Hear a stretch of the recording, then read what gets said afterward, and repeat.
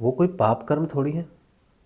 सब पापों से मुक्त कर दूंगा मतलब कि सारे कर्मों से मुक्त कर दूंगा, क्योंकि कोई भी कर्म है वो जन्म का कारण बनेगा, वो जन्म और मृत्यु के बंधन में बांधेगा ही बांधेगा। और जो भी कर्म हमें जन्म और मृत्यु में बांधता है वो पाप कर्म है।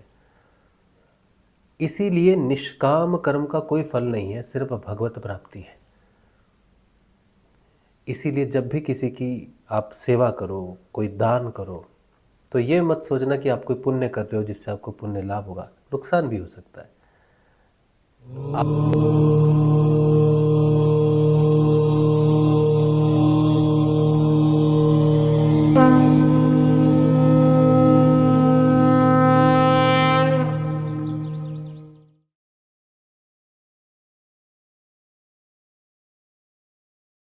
ओम श्री गंगाई नाथाय नमः। जय श्री गुरुदेव, जय श्री दादा गुरुदेव। आज का जो विषय है ये है अच्छा व्यक्ति होना, दान धर्म दया और पुण्य करने वाला व्यक्ति। तो इसके विषय में आज हम बात करेंगे। क्या दान पुण्य, अच्छा व्यक्ति होना, सत्कर्म और सारा जीवन पुण्य करते करते करते व्यतीत करना, क्या मुक्ति में बाधा हो सकता है? हाँ, हो सकता है। पुण्य कर्म सदैव सदैव और सदैव आपकी मुक्ति में बाधा है, अगर आप उसको पुण्य मान के करते हो। मैंने पुण्य किया या मैं पुण्य कर रहा हूं, बस यही बाधा है। क्योंकि पुण्य का फल है सुख, अच्छा और समृद्ध जीवन, अच्छे बच्चे, अच्छी पत्नी, अच्छे रिश्तेदार, अच्छा जीवन, अच्छा स्वस्थ, धन धान्य, इन सब से भरा हुआ जीवन। क्योंकि आपने बहुत पुण्य किया है तो भगवान की कृपा तो आपको प्राप्त होगी ही होगी। तो पुण्य हमें सुख लाभ देता है और उस सुख लाभ को भोगने के लिए जीवन ग्रहण करना पड़ता है। और हम प्राणी हैं, इसीलिए हम कर्म करे बिना रह नहीं सकते। तो जो पुण्य लाभ हमने किया, उस लाभ को भोगते हुए, सुख को भोगते हुए हम कोई ना कोई कर्म तो जरूर करेंगे। और आप जब सुख लाभ करोगे, पुण्य लाभ करोगे, अपने अगले जीवन को सुधार लोगे, तो क्या गारंटी है कि भगवान की स्मृति न भूलेगी? एक अच्छा जीवन प्राप्त होने के बाद भी कहाँ लोग भगवान को याद करते हैं? तो कोई ना कोई तो पुण्य ही तो भोग रहे हैं ना। जो व्यक्ति जो भी कार्य करता है वो पाप और पुण्य को सोच के नहीं, बल्कि भगवान को प्रस्तुत जानकर, भगवान की उपस्थिति जानकर, भगवान की आज्ञा में भगवान के लिए करता है। चाहे वो कोई भी कार्य हो, चाहे वो घर के बर्तन मांजना हो, झाड़ू लगाना हो, कुछ भी करना हो, भगवान की उपस्थिति में, भगवान की आज्ञा मानकर और भगवान के लिए करता है, भगवान की प्राप्ति के लिए करता है, भगवान को समर्पित होकर करता है। तो उसे ना पुण्य लाभ होता है और ना ही उसे पाप भोगना पड़ता है किसी भी कर्म के लिए। वो जो लाभ करता है वो है ईश्वर का लाभ। तो भगवान ने जब गीता में कहा कि अर्जुन, मुझे निष्काम मार्ग सबसे प्रिय है, तो वो यही है कि मुझे समर्पित करके सारे कर्मों को करो, मेरे लिए करो।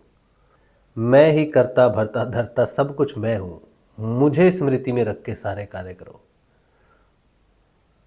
तो भगवान यही कह रहे कि अर्जुन, सब धर्मों को छोड़कर मेरी शरण में आ जा, मैं तुझे सब पापों से मुक्त कर दूंगा।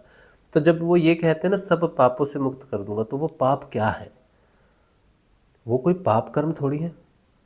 सब पापों से मुक्त कर दूंगा मतलब कि सारे कर्मों से मुक्त कर दूंगा, क्योंकि कोई भी कर्म है वो जन्म का कारण बनेगा, वो जन्म और मृत्यु के बंधन में बांधेगा ही बांधेगा। और जो भी कर्म हमें जन्म और मृत्यु में बांधता है वो पाप कर्म है। इसीलिए निष्काम कर्म का कोई फल नहीं है, सिर्फ भगवत प्राप्ति है।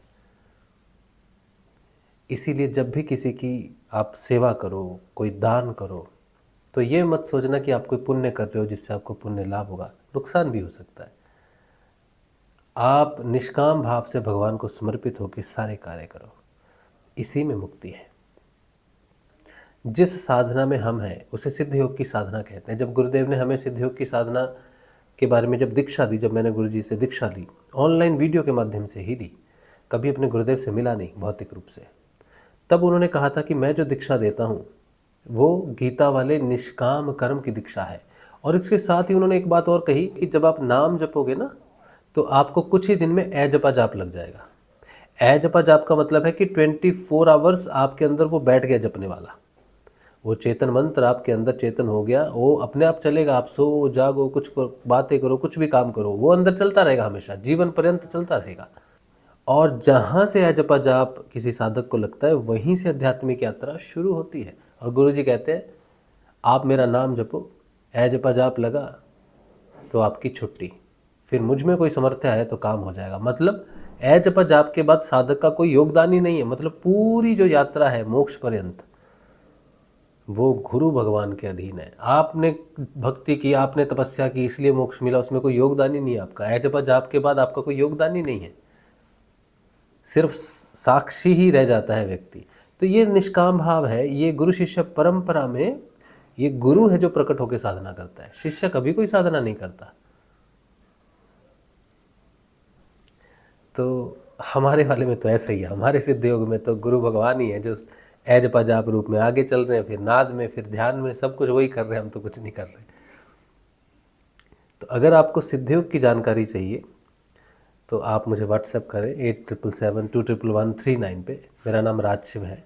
मैं आपको साधना की सारी जानकारी व्हाट्सएप पर भेज दूंगा और पूरी निःशुल्क है जानकारी।